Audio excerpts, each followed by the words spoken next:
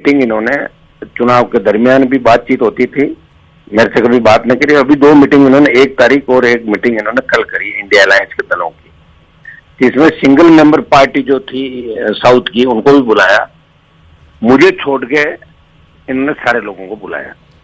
तो ये सरासर एक तरीके से अपमान किया इन्होंने मेरा जानबूझ। तो आपको क्या लगता है कि हनुमान बेनीवाल को इंडिया गठबंधन की बैठक में क्यों आमंत्रित नहीं किया गया?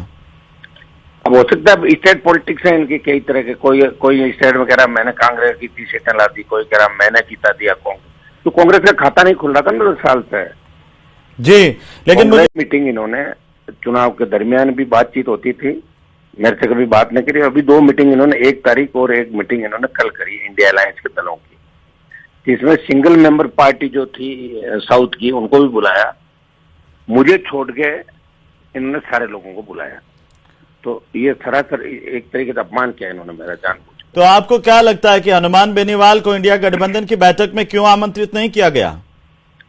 अब हो सकता है स्टेट पॉलिटिक्स है इनकी कई तरह के। कोई स्टेट में कह रहा मैंने कांग्रेस की 30 सीटें ला दी, कोई कह रहा मैंने जीता दिया कांग्रेस। तो कांग्रेस का खाता नहीं खुल रहा था ना 10 साल से जी, लेकिन मुझे लड़के दिखाए और आज कहीं ना कहीं उसको आज हकीकत में एक बार मैंने बोला था प्रधानमंत्री को, मैंने कहा आप में दम है तो आ जाना राजस्थान और हमारे बिना लड़के दिखाना।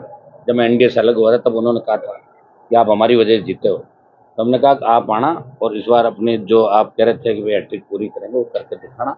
वो हैट्रिक हमने पूरी नहीं करने दी।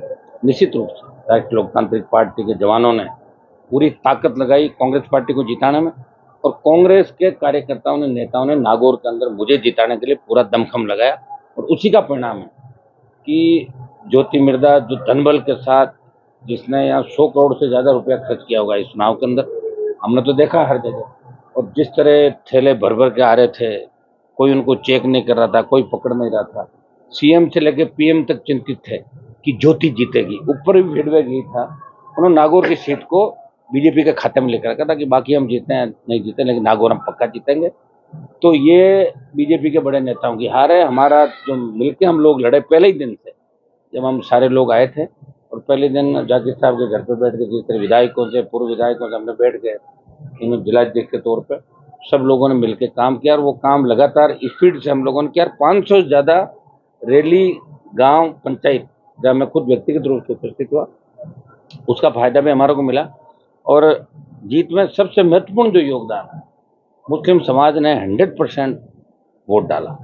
वोट सब जातियों ने डाला, लेकिन 100% अगर वोट पड़ा बूथ पे गया तो वो आरएलपी के खाते में गया। मुसलमानों का वोट था जो 100% मुझे मिला। दलित, जाट, तमाम जो ओबीसी की जातियां, सर्व समाज ने वोट डाला, लेकिन 100% अगर वोट दिया तो मुसलमानों ने 100% वोट राष्ट्रीय लोकतांत्रिक पार्टी को दिया। मैं सारे समाजों को आश्वस्त करना चाहता हूँ कि मैं सबके लिए लड़ूंगा, प्रयास करूंगा और सबके विकास की हम बात करेंगे, चाहे दलित हो, मुस्लिम हो, किसान हो, जवान हो, सर्व समाज। जिन्होंने, कईयों ने सहानुभूति रखी, वोट नहीं दिया तो आशीर्वाद दिया, कईयों ने पोलिंग ज़्यादा नहीं की, वो भी मेरे लिए तो फायदा हुआ।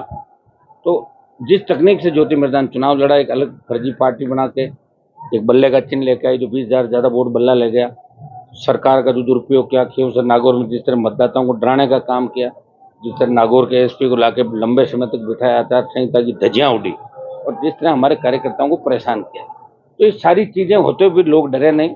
मतदान स्तर तक ये वोट डाला और मुझे जीत। ये मेरी जीत नहीं, ये नागौर के जनता की जीत है, सर्व समाज की जीत है। ये राजस्थान के अंदर परिवर्तन का एक बिगुल बजा है। अब देश की राजनीति में राजस्थान का अलग स्थान होगा, नागौर का अलग स्थान होगा।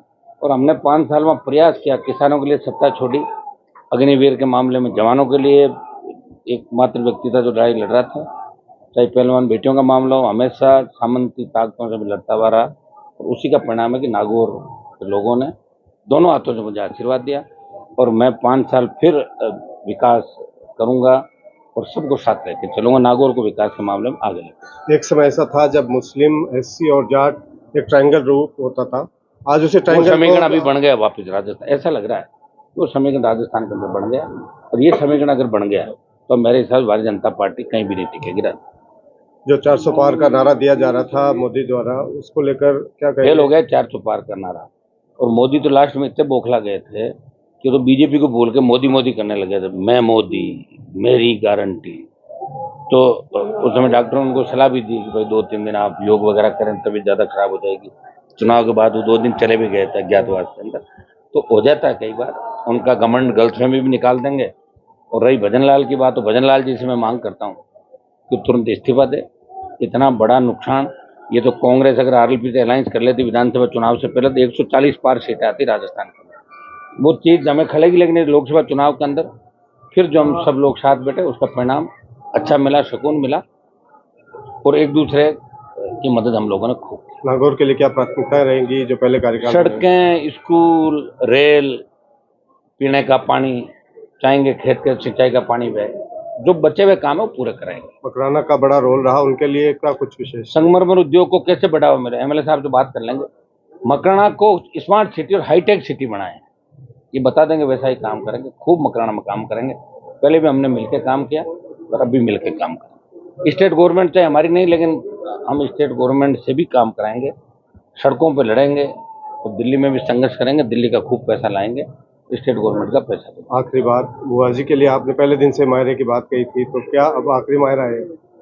चौथी बार तो भर दिया। 14 में जब मैं लड़ा तब हारी थी, 19 में हराया, अभी हरिंदर मृदा ने हराए विधानसभा का चुनाव, चौथा चुनाव हार गई, 5वां फिर आएगी, तो फिर हराने के लिए लोग तैयार हैं। लोग ऐसा कहते हैं कि आएगी तो आ जाए, तैयार बैठी जनता। तो भतीजों ने बुआ जी के लिए खूब आपका साथ दिया? हाँ, खूब साथ दिया और खूब साथ देंगे। और इसका भी घमंड, अभिमान जो था, ये जिस तरह लोगों कह रहे थे मैं मुख्यमंत्री बनूंगी विधानसभा चुनाव के अंदर, अभी कह रहे थे मैं केंद्र में मंत्री बनूंगी, खूब बहकाया, खूब बरगलाया लोगों को, इस बात के भी वोट लिए। सबसे बड़ा वोट इसने कम से कम धनबल और बाहुबल और आपका ये कह सकते हो सत्ता का दुरुपयोग, इसका जम के दुरुपयोग नागौर